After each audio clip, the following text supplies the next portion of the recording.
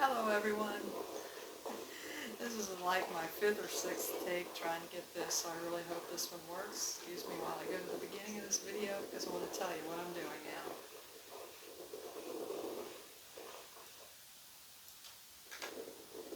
I've been in the process of making some videos from the footage from when we were hiking, known as Sights and Sounds, and on the Appalachian Trail. And the reason I originally started doing it was for myself, because we, due to medical reasons, haven't been able to hike, and there are 2 things I desperately miss, 3 things. 1, obviously the sights on the trail. 2, the sounds of the wind. And 3, the sounds of my feet walking in the trail. So I had decided for myself to start making videos, take my footage, and just put together where I could watch and feel like I'm there again. Then I came across a group of people that truly have taken my heart. They are a group of people with a disease known as Myalgic Encephalomyelitis.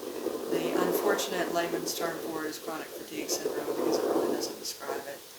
There is the first link below is a physician describing to other physicians the disease, its symptoms, and how to work with them and treat it. And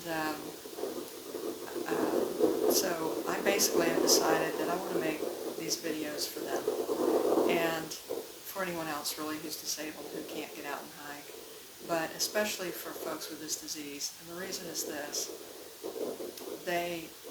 there's little awareness of it. There's at least 3 million people in America with this disease, probably many more who've never been diagnosed, and who may not even know what's wrong with them. They just know something's wrong. And then there are probably 20 million or more in the world. In addition, there has not been enough advocacy for them, and there certainly are not enough answers. The research funding has been desperately low, embarrassingly low for this disease, and fortunately doctors are getting together with one another now. There's lots of things going on out there. #MillionsMissing will take you to some things where you can see what's going on for them. If my face ends up not being in this video sometimes, just forgive me because I'm not doing it again. This is it. I need to get this up on YouTube. But anyway, what happens with these folks is that sometimes it's brought on by a virus. And they come out of a virus, a severe virus, and yet they don't really get any better. And really the more severe cases of folks seems like the majority of them, that may be how it happened. The people with the more mild ME really don't know when it started or why it started. But so a person with, say, a level 1, they may be able to work a full-time job still if it's not too strenuous. But they're exhausted all day at work. They come home, they fall into bed, they just lay there with elephants on their arms and their legs, totally exhausted, drag themselves to work the next day, and this is basically the cycle of their life. They may not ever go out with friends. If they do, maybe 1 time a week. They rest up 3 days, they spend 2 hours with friends, and then they come home and they have to rest 3 or 4 days just to make up for it. So most of the people that have this disease are active people. They were athletes or mountain climbers or photographers. One in particular was a photographer, did lots of beautiful photography in the mountains out west and some other locations, and is one of the most severe patients who is actually totally bedridden and having to be fed through a tube at this point. And so, the spectrum goes from one end to the other.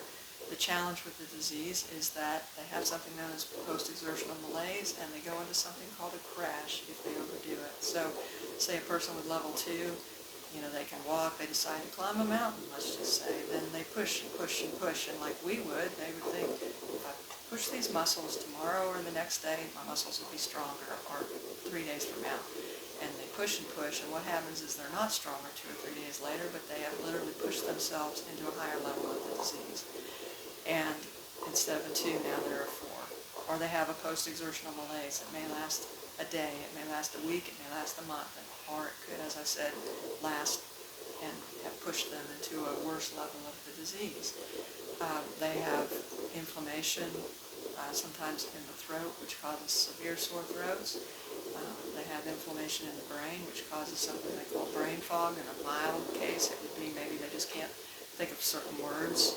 And when they're having this issue going on, and for those more severe, they might not be able to form words.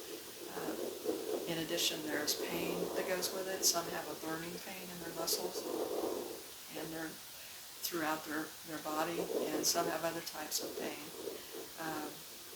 But the biggest thing is that there just seems to be there's no treatment at this point. So these videos are for two reasons. Number one, for anyone who wants to watch and feel like you're on the trail. That's the hope. Again, it was vlogging video footage, so please be kind. I've tried to keep it as smooth as possible. The second thing I've done is to go ahead and put a steady wind sound from one of my videos throughout the whole thing so that you can set the volume at a place that's comfortable for you and then stay in that volume, and you won't have jarring sounds. There's no music because music can't be tolerated. They have severe noise intolerance. Many have severe visual intolerance. So I've tried to keep it so that you can set the volume however low it needs to be, and it will stay that way throughout the whole thing. So think of it as white noise. For me, I've been playing them and sleeping with them at night because the sound of the wind is wonderful. And then if I wake up, and I have the video on, then I can look at it for a minute, or if I want to just relax, I'll sit in the recliner and watch it, and if I fall asleep, it's okay, it'll just help me sleep. So the goal is to give people an opportunity to feel like they're on the trail. And I started with footage in Virginia because it was green, and because we're simply watching videos of hiking without talking and stories, then wanted to make it as pretty as possible. So with the footage I had available, and that's me and G hiking, and others from time to time who I had recorded permission of being on YouTube videos. So I hope you'll enjoy watching them, and those of you that can, please check the links below to the organizations that are trying to help with myalgic encephalomyelitis. Some are for advocacy, some are for awareness, and some are for answers and research. And they desperately need money for research and for all of these organizations. So if you can, please donate to them. And in the meantime, if you're able, get out and hike. And if you're not, especially if you have myalgic encephalomyelitis, I just say to you what I'll say in every video of these Sights and Sounds videos is hold on to hope. Because we're going to be hoping with you that answers are found and treatments are found for this horribly debilitating disease. God bless you all.